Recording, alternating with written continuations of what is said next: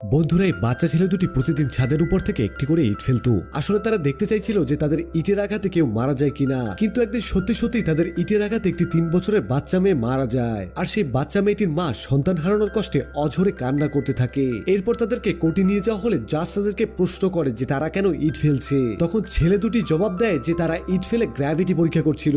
এদিকে ছেলে দুটির বয়স কম হওয়ার কারণে জাজ তাদেরকে অবুঝ এবং শিশু বলে মুক্ত করে দেয়। এতে করে মারা যাওয়া সেই বাচ্চা মেয়েটির মা রেগে যায় এবং বলে যে এই বাচ্চাগুলোই কেন বাচ্চা, আর আমার বাচ্চা কি বাচ্চা নয়। সবশেষে সেই ছেলে দুটি কোর্ট থেকে হাসতে হাসতে বেরিয়ে আসে। আর এতে করে বোঝা যায় যে এত বড় অপরাধের পরেও তাদের মনে কোনো অনুশোচনা ছিল না। বাচ্চা মেয়েটির মা অবাক হয়ে তাদের হাসির দিকে তাকিয়েছিল।